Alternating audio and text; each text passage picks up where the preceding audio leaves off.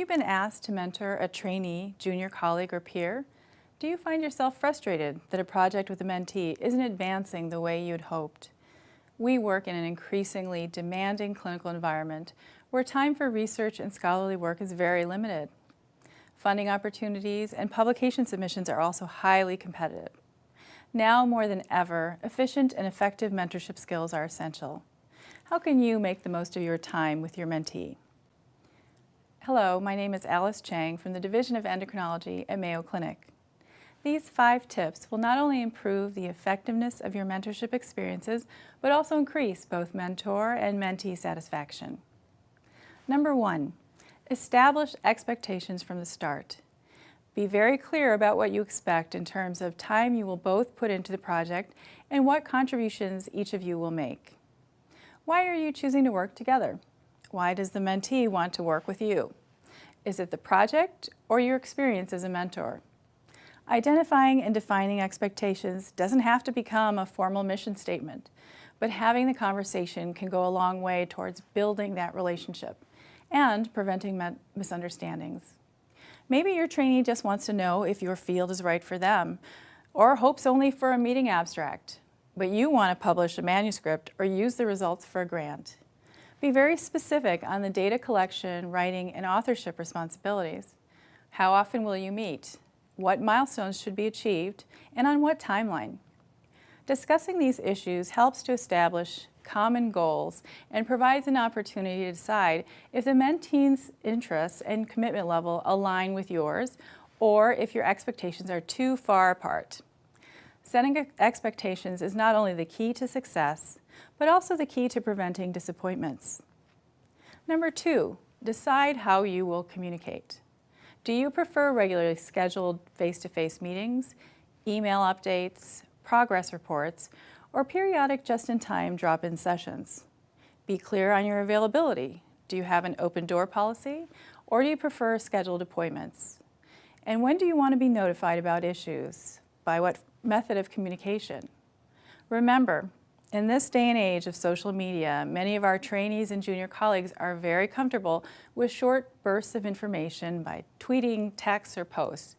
But is that acceptable for you? If you are expecting verbal, semi-structured presentations or proof-ready drafts, make this clearly understood from the beginning. Number 3, put it in writing. Whether it's a formal mentoring agreement or simply a follow-up email from your first meeting. Clear expectations in writing is a nice reference for both mentor and mentee and a way to confirm understanding and expectations at the start of your relationship. There are many templates to choose from online, and I encourage you to review several to find the right level of formality and detail to describe your specific mentoring relationship.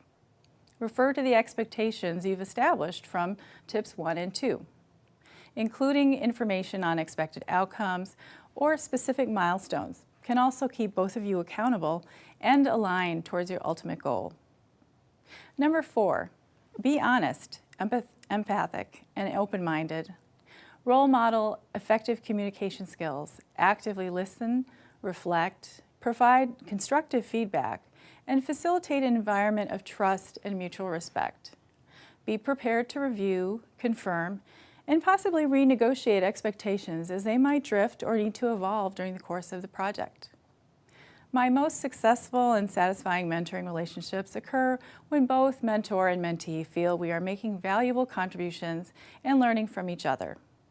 Celebrate successes and share the ups and downs of your work together. Your mentee will learn how you handle that third paper or grant rejection, which makes sharing the successes even more meaningful. Number 5, create a mentoring team or network. You don't have to do it all on your own. Introduce the idea of a mentoring team to your mentee so that it reinforces the values of specific types of mentors for different skill sets needed in an evolving career.